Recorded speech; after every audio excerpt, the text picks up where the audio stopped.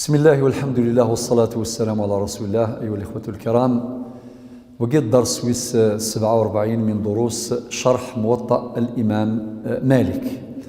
بداية مثلا إلى باب العمل في الجلوس في الصلاة. باش هذا نحصو باللي النبي عليه الصلاة والسلام يغدينا صلوا كما رأيتموني أصلي. ظلث أكن إثوالا أتظلغ. إذن الهيئات يونوري الزميرة ديني هذه الظلة كني كيبغى، هذه الظلة كني يخدم النبي عليه الصلاة والسلام. لذلك ذي الهيئات ملحوظة ملاحظة توالي الصحابة أكن يخدم إذا خدما. بعد هذا الأمر يتوارث، يعني ينتقل من جيل إلى جيل. لو كان دا جالس سقسي غاكوث مثلنا غاديني ولا جدي ولا بابا ولا يما ولا اكن الظل انا نظل من كشم من بعد الجوع على والي الشيخ ونتعلم. ولكن كيف راهو ديني غيوث الحاجه الجلوس في الصلاه ثقي سنه من سنن الصلاه، يعني لا تستوجب سجود سهو. ثقي مساله مهمه. لو كان مثلا يقول سمحتي يتسر الركوع يلقى يركع، ما يتسر الركوع معناه تروح أصل ركعة، أليس كذلك؟ ما يتسو يروح أصل الركوع تروح أصل ركعة. فيمكن ما دياسيون مثلا يلحقد صلاة الجماعة، يلحقد الشيخ في الركوع في هيئة الركوع أدين الله أكبر تركع تكبيرة الإحرام وتركع وتعد ركعة وتحضر ضر من غير الفاتحة وتحضر ضر من غير القرآن، ولكن تحضر كان الركوع أدركت الركوع فقد أدركت ركعة. إما إلا في الشيخ رفع من الركوع، يعني يركع بعد مدي كفرسي الركوع يناد سمع الله لمن حمده ربنا ولك الحمد ذينا وتحت بضارة أدلح قضي السجود وتحت بضارة ركعات روحي. أما يوثى مسألة على حسب شد الحقض ثلا يوثى ذا الحاجة هاث لأنه قادين غوت نخدم راه ميدي شمال الجامعة يرجو السيني واقيلا إذا فوق تظليث أضرجوا ما يسلم خاطي أكن دوفض الشيخ شم التحق بالجماعة ذي الركوع الرفع من الركوع ذي السجدة الأولى ذي الثانية بين السجدتين ذي التحيات تشهد أكني الدوفر أكا. ولكن ما إلا مثلا تصوض التحيات صلاة المغرب الساعة 3 إلى كنزل ركعتين بعدين قمر التحيات أبران كرد ناوي ركعتين 3 إما يولي يتسو تشهدني يكر ذا شو قال قاعد يخدم سجود السهو كملت القبلي أي غير خاطر يسنقص الظليثيس يسنقص التشهد. إما إلا مثلا ديال المغرب إلى ركعة مزورث الفاتحة وكل الصورة، إما إلا تغرض كان الفاتحة وتغرض الصورة فظليثيك تخص إلى قص رقعض سوى سجود السهو القبلي قبل السلام خاطر تجفرض تظليثيك. إما إلا تزقض المغرب ثلاث ركعات شزول 4 وسقرر انولي سوبريمي خاطر إلا وين نسير تمساكي كيني بون بيسك غلظا السوبريمي غادي يعوضها ولا شي يعوض ولا قال تعوض ربي قال لا تبطلوا أعمالكم، معناه تخدم الشغل كملاس. أم كتسترقعض سجود السهو البعدي السجود التاثوث بعد السلام خاطر تسقط ضاس مثل في تظليث كامل أتسجد السجدتين والسجدتان في كذاكي أمشي سنتقارن سجود السهو البعدي والسجود السهو في حد ذاته إرغام للشيطان نتسبب لك شي قار انوليت سوبريميت وعاودات تعاوذارا خاطي السعيض امك ارث رقعض تظليتي نمسفهم ما شاء الله. ثورة السؤال مطروح أين يعنان ثمسال تجي جلوس في الصلاة هل تجبر؟ هل تستوجب سجود السهو القبلين والبعدي؟ الجواب لا. الجواب لا. لذلك الهيئات أما كنت نهضر ديال درسني عدن وقصدنا عاود ثورة يعني لا حرج فيها، لا حرج، ولكن لانت هيئات وفقا السنة مليح، لانت هيئات النظام على حساب الحال بنادم هذه اللي يوليها اللي يظن كما سنبين بعد حين. لذلك بينا هذه المسألة باش تكون في البال باللي ثقي هي سنة من سنن الصلاة ولكنها لا تستوجب سجود سهو سواء كان قبليا أو بعديا، ولكن كان حرص الصحابة كبيرا في الاقتداء بالنبي صلى الله عليه وسلم فيما يفعل. الصحابة يقتدون به، لكن خدما صلوا كما رأيتموني أصلي. حديث رقم 195 حدثني يحيى عن مالك عن مسلم بن أبي مريم عن علي بن عبد الرحمن المعاوي وقي يعني نسبة إلى ثدرث سن القبيلة سن العشيرة سن، ماشي نسبة إلى معاوية بن أبي سفيان، لا، نسبة إلى القبيلة نغ العشيرة نغ أذرم استقباليت نغ أذرم من سن، أنه قال رآني عبد الله بن عمر يولث عبد الله بن عمر ذمي سن عمر بن الخطاب وأنا أعبث بالحصبة ذي الظليث يعني يولث إلى عب الحصبة. الحصبة ما هي؟ هي صغار الحصى، الحصباء صغار الحصى. طبعا مثل مثل سعنا لا موكيت مكني الصحابة سعنا لا موكيت، ولكن أصحابي كي إلا لا يخدم اسم هذا التابعي كان يلعب يعبث بالحصبة في الصلاة، هكذا ورد في الحديث وأنا أعبث بالحصباء في الصلاة.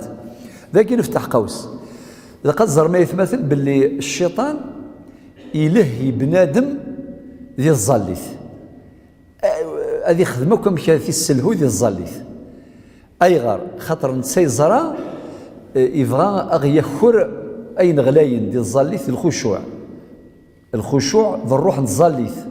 ربي ناد قد أفلح المؤمنون الذين هم في صلاتهم خاشعون، فالخشوع روح الصلاة. الشيطان يبغى أغيخر أين غلاين يسرق منا الغالي اللي هو الخشوع. كيف؟ يسعى عدة طرق. شحال يبردانك ساعة؟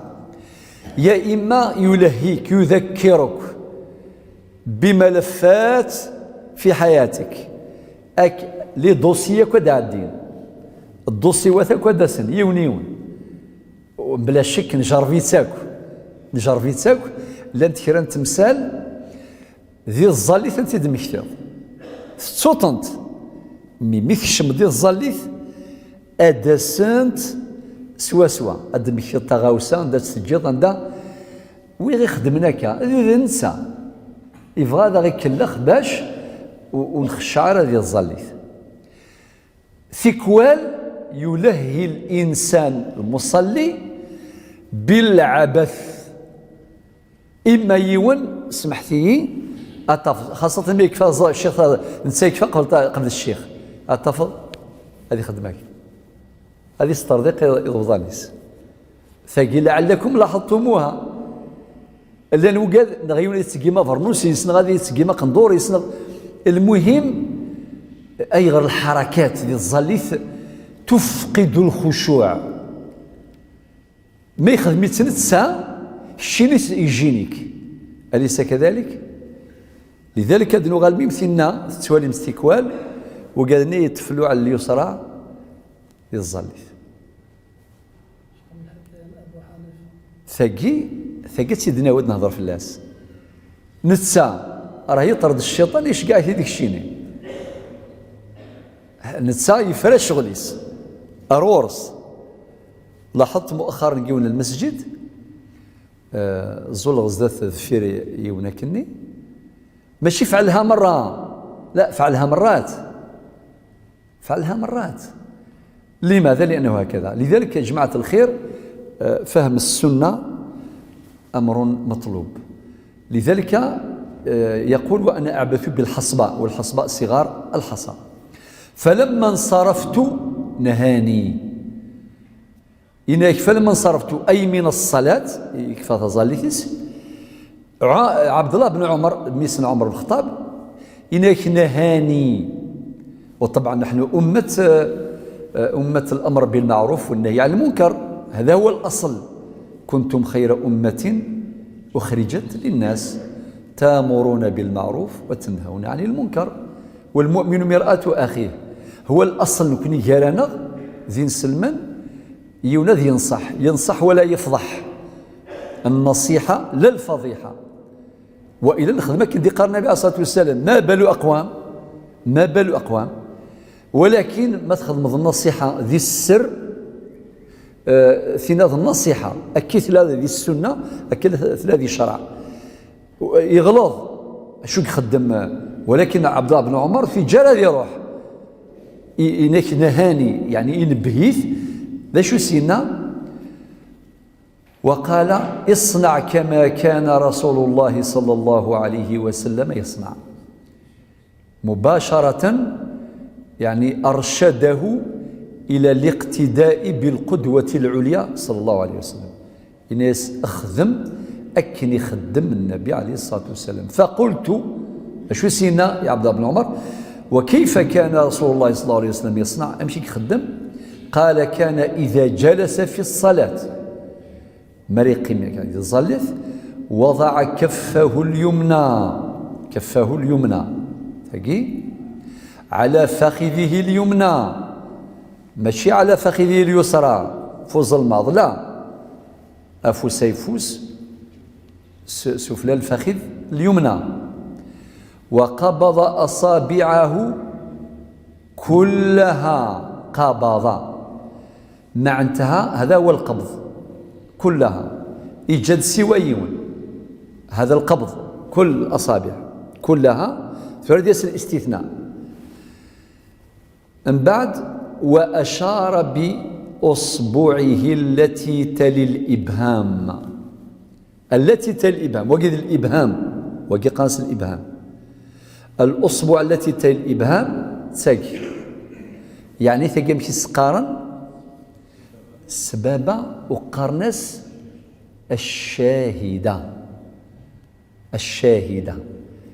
خاطر ثقي تسمى هكذا لأنه كانوا يحلفون بها هكذا أرثورة على كل حال أرثورة سمحتي خير تخدم غيماني وكذا يعني ها إيه سبحان ثقي سواء زالي الساعة قيمة الساعة رمز تشهد إعلان الشهادتين أشهد أن لا إله إلا الله وأشهد أن محمدا رسول الله. طيب هكذا كان يفعل وقبض أصابعه كلها وأشار تبعوا مليح النبي عليه الصلاة والسلام اسم عبد الله بن عمر أشهدنا وأشار. إذن كلمة أشار لا تفيد التحريك نكون نحركها تنتحرك وتتحرك هكا ولكن داقي الحديث لا يفيد هذه لا يفيد. إذن وأشار هنا المعنى الحديث الإشارة لا التحريك. إذن مثل ميون سمحتي ميك خدمك يسوف ضد يفوس الأصبع الشاهدة إجت كنك ثابتة لا تنكروا عليه لأن هذه الهيئة صحيحة وموافقة للسنة. أكايث مثلا صافي مثل ولم يتحرك يجوز مثل ولم يخدم كنك بالإشارة وريح ركال الأصبع ينس هذا أيضا يجوز. عندما لانت النصوص ديننا ذيك التحريك ذاكي العلماء اجتهدوا ان ثاقي ارغام للشيطان مع انتهى وكذلك مجلبي الخشوع، على اساس انه ما تخدم ذاك راك تركز على التشهد وتحواج لا كونسونطراسيون، خاطر من اسباب الخشوع تركز فين تخدم ما تقرض القران، ركز كونسونطري في القرايه ديال الحمد لله رب العالمين الرحمن الرحيم مالك يوم الدين، ثقيك تعاون ذا شو تعاون نظن النظر الى موضع السجود. هناك 33 عامل من عوامل الخشوع، السيسنت ثقة ذاكي التركيز أو النظر إلى موضع السجود. فهاد من قيد سوالين داري السجد وريد سؤال شغل الرادار يظلي في عساك مثح ثبور النجقاق ولا ما يسديوني يولا كلش نغيت سوالي ساعرور بني الظالم زدات سادي غراك سورتوني سورة تريكوني سعنا لا بيبليسيتي نغاشو دي قارديس. ركز من عوامل الخشوع هذه يعني تحريك الأصبع أو الشاهدة. ابن العربي اسمي سنان ما الحكمة من ننسي ابن العربي الحكمة من تحريك الأصبع ذا شو سيناك ننس باش الشيطان شغل ما كن تكافحظ الشيطان مع انتهى باش يقول باللي ركزوا فين النظام. هذه هيئة من الهيئات وردت في الأحاديث نطبقها والسلام. من بعد شو دينا ووضع كفه اليسرى على فخذه اليسرى، وضعها ولكن دون أن تنفصل مثلا ينفصل الأصبع عن الآخرين، دون قبض لقاك الوضع كامل. وبعدين شو سينا وقال هكذا كان يفعل، هكذا كان يفعل أي هكذا كان يفعل رسول الله صلى الله عليه وسلم. ولكن سمحتي في كوال سوالي ميون أفوسيس لا يقبض ويخدم ركا خاطئ أسني خدماك كلها ولكن وقاث يرفض شوية، هذه أيضا صحيحة. سمحتي مثلا وقيت ورد الفخذ باش تسوالم يعني ما يخدمك أكا صحيحة، ما يحرك صحيحة، ما إلا إذ ظني سيظ القاسن أكا كامل ثاقي كانت يرفض أيضا صحيحة. ولكن دي الروايات النظام ماشي دي الرواية الرواية ثوالم شو دنا كان يقبض ذاكي ثياض لا يقبض صافي باش نفهم في مثال مليح إلى قد نجمع كل أحاديث أليس كذلك؟ ما لو نجمع كل أنغر كان يقول الحديث نغسين ممكن نعترض على الناس السيني ماشي كيتظلم ماشي كيقلق، ولكن بالك نكونوا زرارا نكونوا سينارا.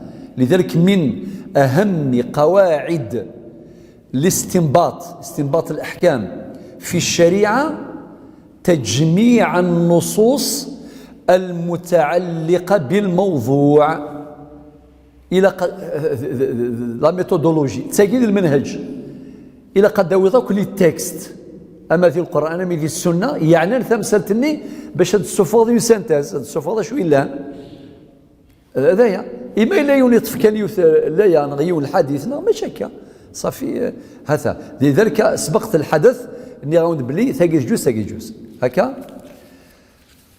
ثورا نغال الحديث رقم 196. وحدثني عن مالك بن عبد الله بن دينار انه سمع عبد الله بن عمر رضي الله عنه دائما ميسنا عمر بن الخطاب وصلى الى جنبه رجل يسلا ياسي عبد الله بن عمر يزول فيرس يون برقاز. فلما جلس الرجل في 40 يعني ركعتين جاروث تربع. التربع ذي اللغة هي هذه كقيمة ثورانكيني تسقي التربع التربع هي هذه الجلسة بكسر الجيم، الجلسة، هذه الجلسة هي التربع. وممكن عندها معنى آخر أيضا حتى عند أهل اللغة، المقصود بالتربع هو التورك، والتورك المقصود به الجلوس على المقعدة، مقعدة الإنسان. ماذا الإقعاء؟ التربع مشروع، التورك مشروع، الإقعاء لا، منهي عنه. ما هو الإقعاء؟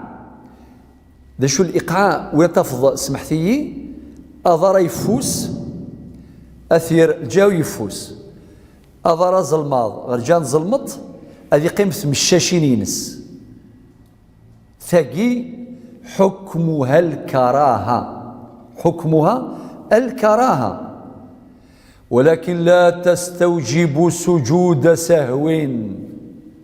ثقي ناخذ منها حكمة، يعني الإقعاء اللي هو منهي عنه في أحاديث كثيرة، وبعض العلماء قالوا بأنه تقريبا في محل إجماع، ولكن معليش نقول هو جماهير العلماء قالوا بالكراهة، بكراهة هذه الجلسة، ولكن كونها مكروهة لا تستوجب سجود سهو.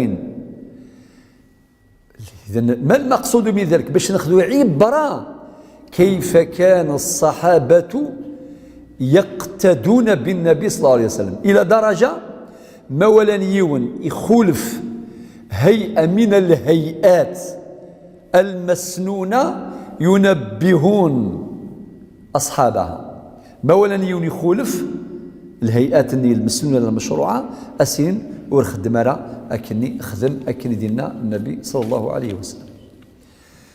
طيب، وبعدين وثنى رجليه فلما انصرف عبد الله عاب ذلك عليه فقال الرجل فإنك تفعل ذلك.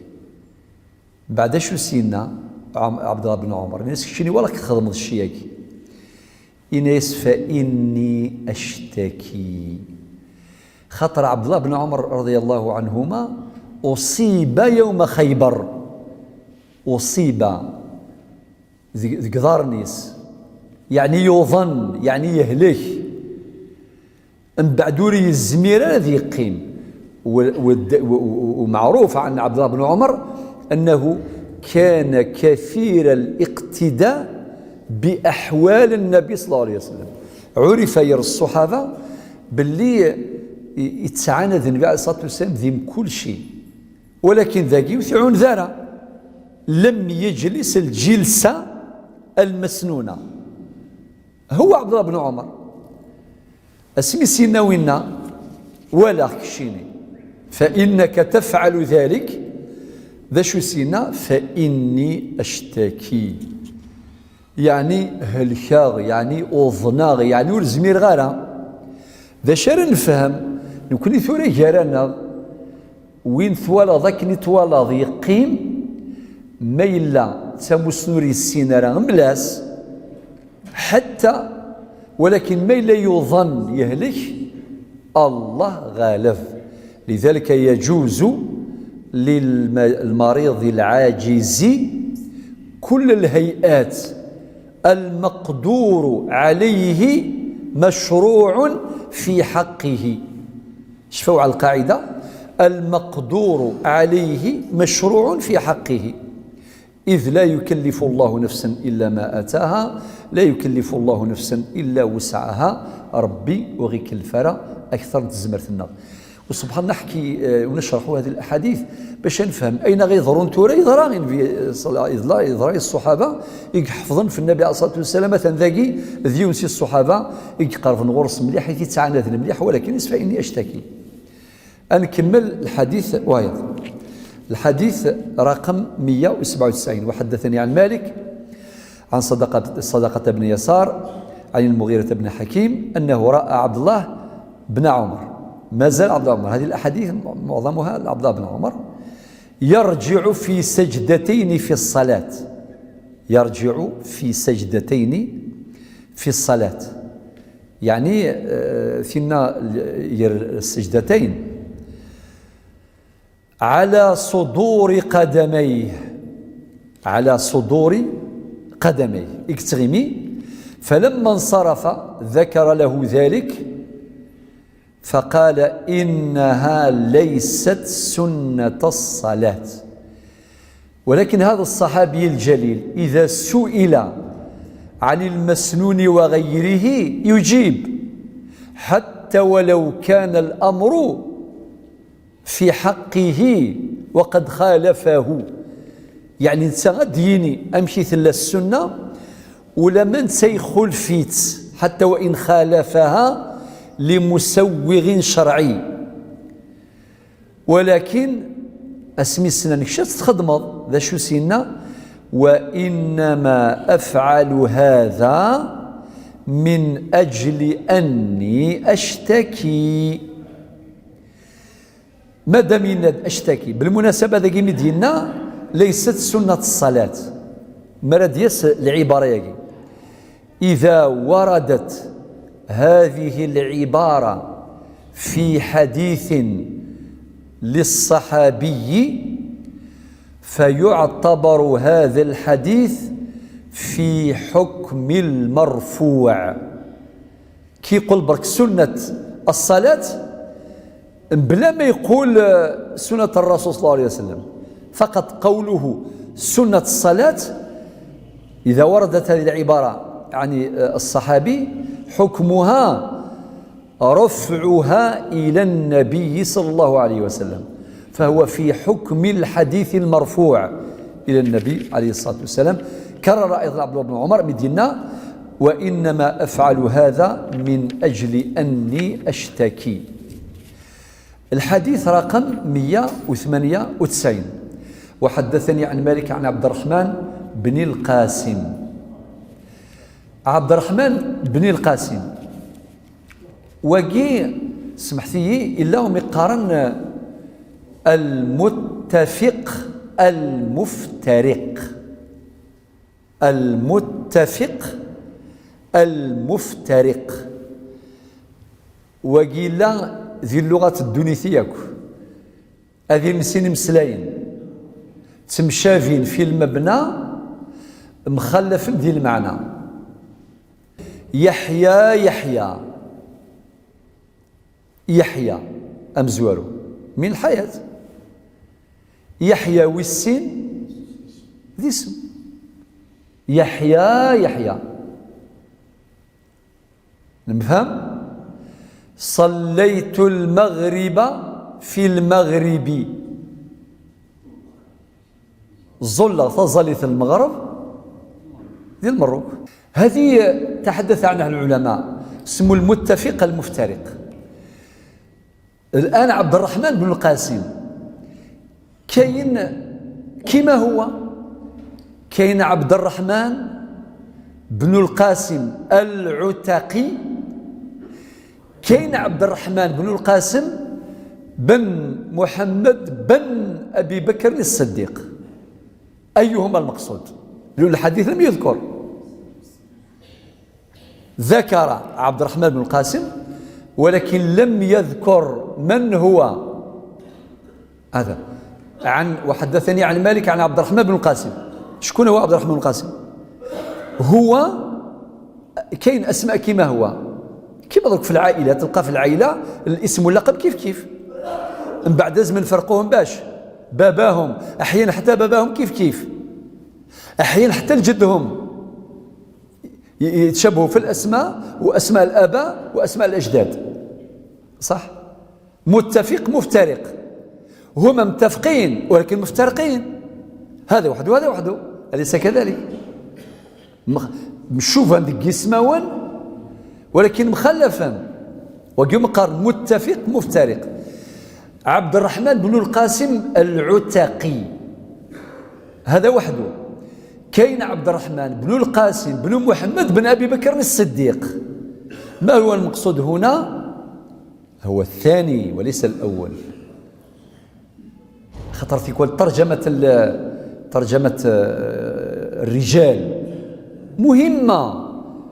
لماذا كاين كتب الطبقات وكتب السير، طبقة الكبرى لبن سعد وسير أعلام النبلاء للإمام الحافظ الذهبي، باش نعرفوا كل واحد كما هو ليتا سيفيل نتاعو بالتفصيل. هذا في علم الرجال، في علم معرفة تراجم الرجال. هاو قدامنا حالة ستنكا حالة. كيف ما هو المخرج؟ أنوا ذيك السن تمشى فين أنوا ذيك السن، المقصود ذوي السين. لماذا؟ لأنه عبد الرحمن بن القاسم العتقي هو شيخ مالك، هو شيخ مالك. أما الذي ورد في هذا الحديث هو عبد الرحمن بن القاسم بن محمد بن أبي بكر الصديق، وهو المراد. بالمناسبة حتى الخليل بن أحمد الفراهيدي، الخليل بن أحمد شحال قلنا من ساعة نكون وقت الناطاس. يلا قبل ما نتكلم على خالد، نتكلم على خالد بن الوليد. شحال اللي كاين خالد بن الوليد؟ صحابة، ماشي غير هو. هناك خالد واحد آخر. ما هو الفرق بينهما؟ هناك صحابيان، يونس مس خالد بن الوليد الأنصاري غير معروف، هو صحابي غير معروف. إلا وايض خالد بن الوليد المخزومي القرشي سيف الله المسلول. اتفقنا؟ أثن لا نسين. إلا خالد بن الوليد ممكن ترد قصة أو حادثة عن خالد بن الوليد تقرأ صداوات المحالات يخدم ثقي المستوى خالد ماشي دوي، مفهوم؟ وأنت للأسف لم تعرف أن هناك صحابي اسمه يحمل هذا الاسم. المخ يروح مباشرة إلى سيف الله، منطلق خطأ، ماشي هو المقصود. خالد بن الوليد من المتفق المفترق. كاين خالد بن الوليد الأنصاري ماهوش من كبار الصحابة ولا من الصحابة المعروفين في الحروب، خاطيه لهنا خاطيه. وكاين خالد بن الوليد نعرفوه كامل اللي هو خالد بن الوليد، زيد القدام باش يبان، المخزومي القرشي، وهو سيف الله المسلول. فهمنا؟ يلا نروحوا درك الآن لخالد بن أحمد. شحال اللي كاين لخالد بن أحمد؟ كاين بزاف. درك ممكن نقول لكم مسألة قال الخليل بن أحمد في مسألة فقهية كذا وكذا، تقول كيف الخليل بن أحمد خاطيه الفقه سيدي، وخاطيه الفقه فعلا. الخليل بن أحمد بما عرف الخليل بن أحمد، باش تعرفوا الخليل بن أحمد. الخليل بن أحمد بما عرف، كي تسمع الخليل بن أحمد واش يجي في بالك؟ صاحب المعجم، بارك الله، معجم العين، إذن هو لغوي. الخليل بن أحمد لغوي، عرف أيضا بأنه هو الذي استخرج العروض، علم العروض، ميزان الشعر، ميزان الشعر. هو بكري الشعراء يقول الشعر هكذا على السليقة، ما يحتاج إلى ميزان. ولكن ذنسان قرأ الشعر العربي وفقه الله باجتهاده، وفقه الله باش يخدم موازين، فاعول مفاعيل فاعول مستفعل في كذا، البحر الطاول والبحر البسيط والبحر. حتى يروى أنه يونس نسمي في ذا يوفى الموازين الحذق خام يستمتم، فاعول مفاعل فاعل مفاعل مستفعل. أميس وليدو كي يسمع باباه قالوا بابا بقى على خير، جنة يهبل يهضر وحدس كي قال يهضر وحدس. وبعدين واش يقولوا الخليل بن أحمد الوليدو جاب بيتين من الشعر. اش سينا؟ لو كنت تعلم ما أقول عذرتني. لو كانت تحصد واش راني نقول تعذرني، راني نخدم في العلم، ولكن الله غالب، الله غالب.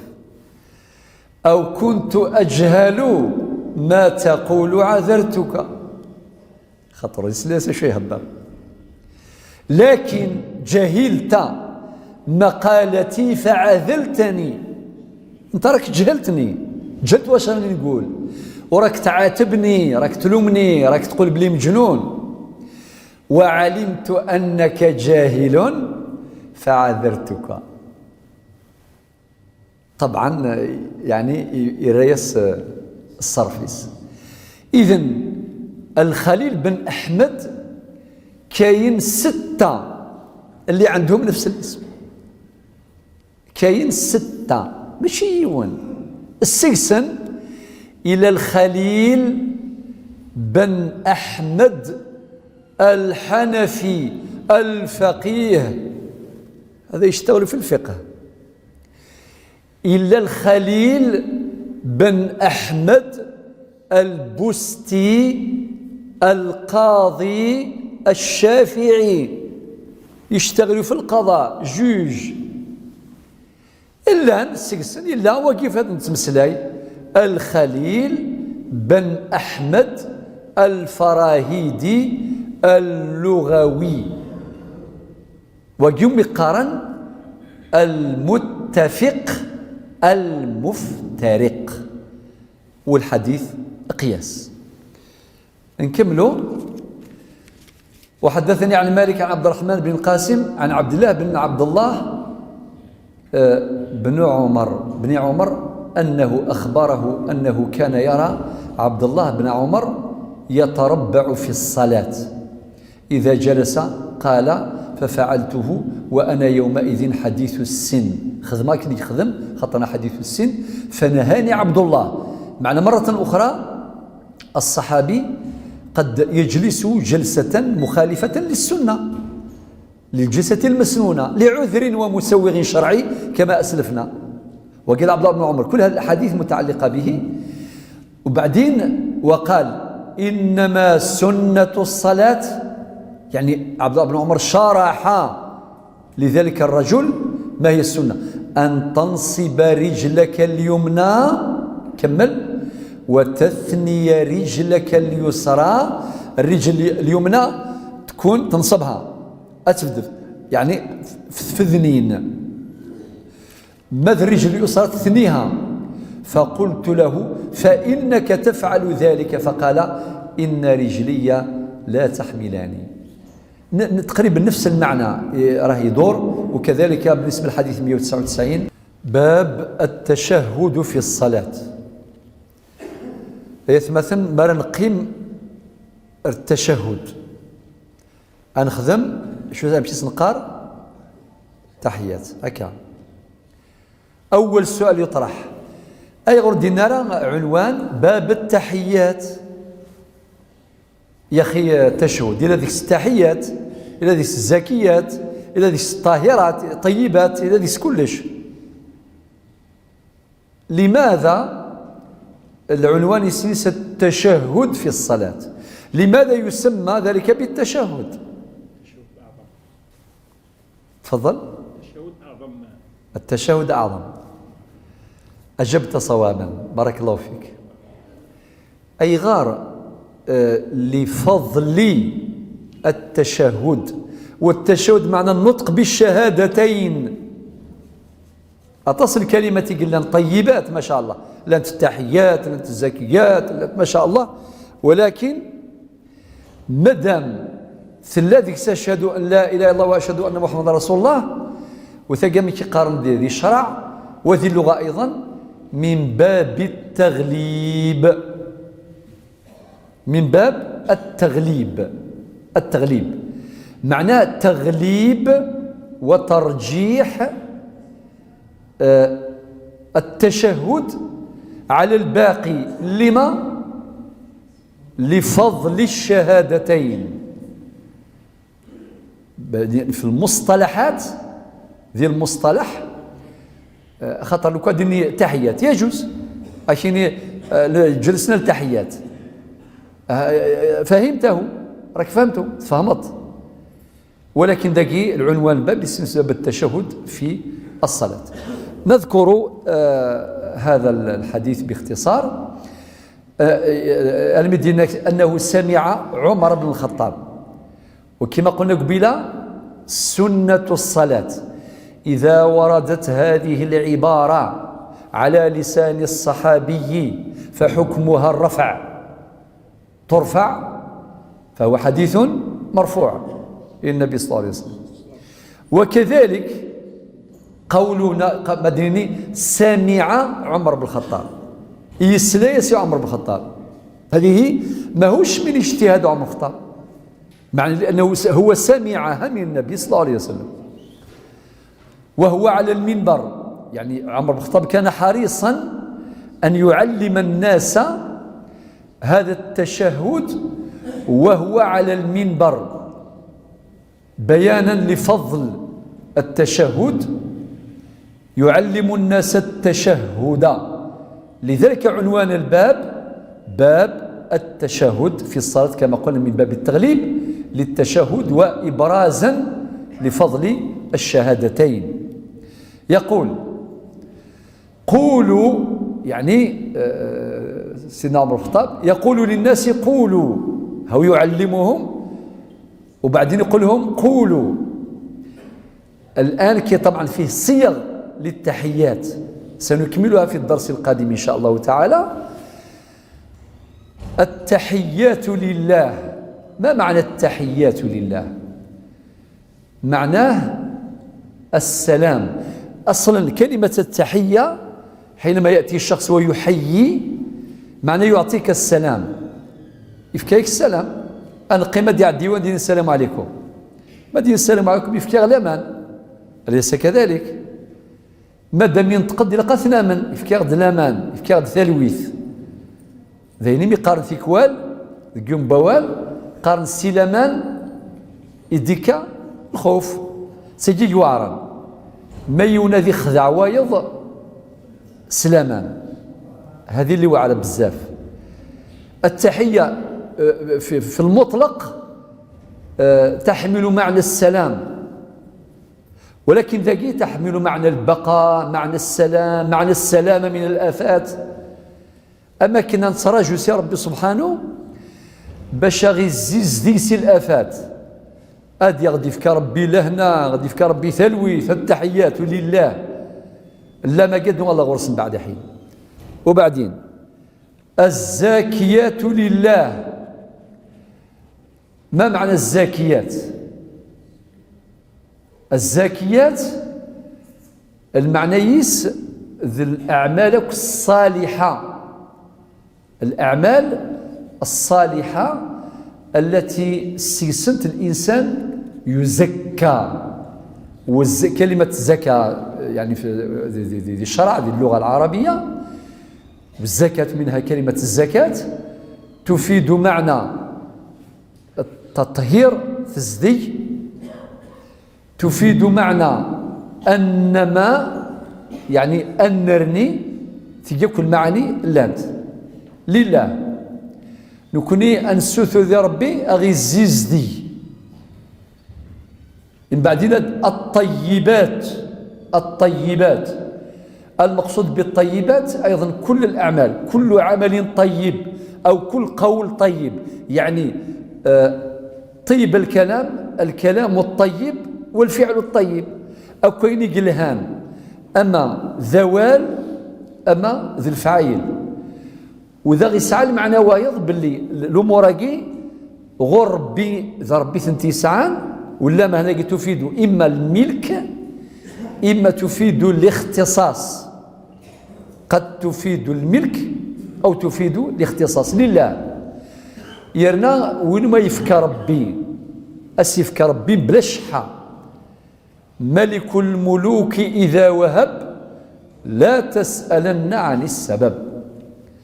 الصلوات لله ذاكي يا إما المقصود الصلوات يعني الصلوات المعروفة يكثي الزلة مرة، نغ المقصود خاطر نحن نصلي لله وذا بتوفيق من الله. كذلك كنتم من قبل فمن الله عليكم الحمد لله الذي هداني لهذا وما كنا لنهتدي لولا أن هدانا الله. وإما المقصود بها يعني سائر العبادات كل العبادات. وبعدين السلام عليك أيها النبي ورحمة الله وبركاته.